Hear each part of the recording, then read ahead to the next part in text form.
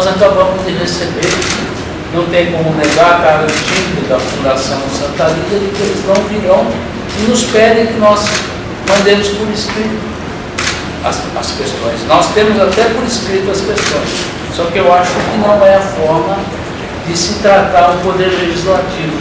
Eu acho que nós estamos sendo extremamente desvalorizados no nosso trabalho, estamos afrontados com essa atitude do Santa Lídia.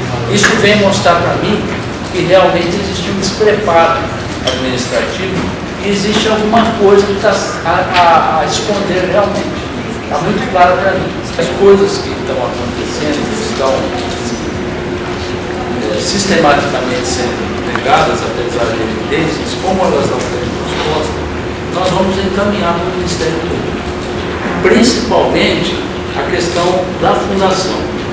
Em função disso, nós pedimos um estudo de um advogado especialista em fundações para que nos elucidasse como é que funciona uma fundação pública. O estudo está aqui, nós demos uma lida, digamos, superficial, a pessoa que está até presente.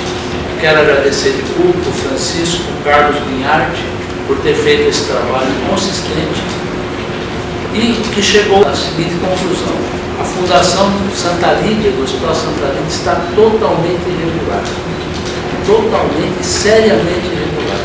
Ela não está fazendo licitações para contratação de serviços, ela não está fazendo publicidade dos seus atos e nem das reuniões dos conselhos que é obrigado a fazer. Não está incluindo o orçamento, isso ficou evidente, nem precisa falar, porque foi mandado o projeto de lei para colocar o orçamento da fundação no orçamento da cidade, do município.